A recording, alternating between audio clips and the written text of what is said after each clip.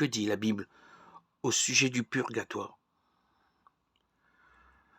L'encyclopédie catholique définit le purgatoire comme condition ou état pour ceux qui ne se sont pas totalement aliénés de Dieu par leurs péchés, mais qui temporairement et partiellement sont alignés de Dieu tandis que leur amour est rendu parfait et qu'elle donne la satisfaction pour leurs péchés. En résumé, dans la théologie catholique, le purgatoire est un endroit où va l'âme du chrétien après la mort pour être purifié des péchés qu'il n'a pas pu expier totalement au cours de sa vie. Cette doctrine du purgatoire est-elle en accord avec la Bible? Absolument pas. Jésus est mort pour payer le prix de tous nos péchés. Romains 5,8. Ésaïe 53,5 déclare « Mais il était blessé pour nos péchés, brisé pour nos iniquités. Le châtiment qui nous donne la paix est tombé sur lui, et c'est par ses meurtrissures que nous sommes guéris. » Jésus a souffert pour nos péchés pour que nous soyons délivrés de la souffrance. Dire que nous devons aussi souffrir pour nos péchés revient à dire que la souffrance de Jésus était insuffisante. Dire que nous devons expier nos péchés en nous purifiant dans le purgatoire revient à nier la suffisance du sacrifice expiatoire de Jésus. 1 Jean 2,2. L'idée selon laquelle nous devons souffrir pour nos péchés après la mort est contraire à tout ce que dit la Bible au sujet du salut. Le principal passage biblique auquel font allusion les catholiques comme preuve du purgatoire est celui de 1 Corinthiens 3,15 qui dit « Si l'œuvre bâtie par quelqu'un sur le fondement subsiste, il recevra une récompense. Si l'œuvre de quelqu'un est consumée, il perdra sa récompense. Pour lui, il sera sauvé, mais comme au travers du feu. » Ce passage 1 Corinthiens 3, 12, 15 se sert d'une illustration de choses passant au travers du feu pour décrire comment les œuvres des croyants seront jugées.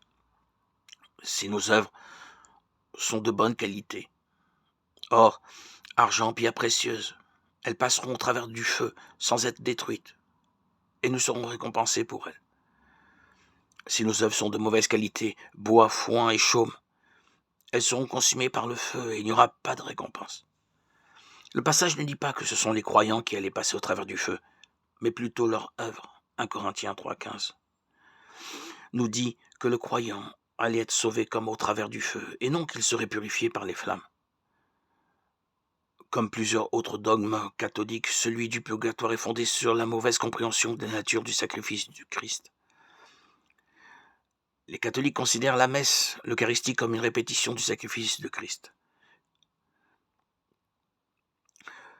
Le sacrifice que Jésus a offert une fois pour toutes était absolument et parfaitement suffisant. Hébreux 7, 27. Les catholiques considèrent les œuvres méritoires comme contribuant au salut, ne comprenant pas que le sacrifice de Jésus n'a pas besoin d'une nouvelle contribution. Éphésiens 2, 8, 9. De même, le purgatoire est compris par les catholiques comme un lieu de purification pour se préparer à entrer au ciel, car ils ne reconnaissent pas que le sacrifice de Jésus. Nous sommes déjà purifiés, déclarés justes, pardonnés, rachetés, réconciliés et sanctifiés. L'idée même du purgatoire et les doctrines qui y sont souvent attachées constituent un refus de reconnaître que la mort de Jésus était suffisante pour payer le prix de tous nos péchés. Jésus, l'incarnation de Dieu, Jean 1, 1, 14, a payé un prix infini pour nos péchés. Jésus est mort pour nos péchés. 1 Corinthiens 1, 15, 3. Jésus est le sacrifice expiatoire pour nos péchés. 1 Jean 2, 2. Le fait de limiter le sacrifice de Jésus uniquement à l'expiation du péché originel ou au péché commis avant d'être sauvé constitue une attaque contre la personne et l'œuvre de Jésus-Christ. Si nous devons de quelque manière que ce soit payer pour expier ou souffrir pour nos péchés, cela veut dire que la mort de Jésus n'était pas un sacrifice parfait, complet et suffisant. Pour les croyants, la mort, c'est quitter ce corps et demeurer auprès du Seigneur. 2 Corinthiens 5, 6, 8. Philippiens 1, 28. Remarquez que le verset ne dit pas quitter ce corps pour aller au purgatoire dans le feu purificateur. Non. Grâce à la perfection, au caractère complet et suffisant du sacrifice de Jésus, nous sommes immédiatement dans la présence du Seigneur. Après la mort, totalement purifié, libre du péché, rendu parfait et, en fin de compte, sauvé.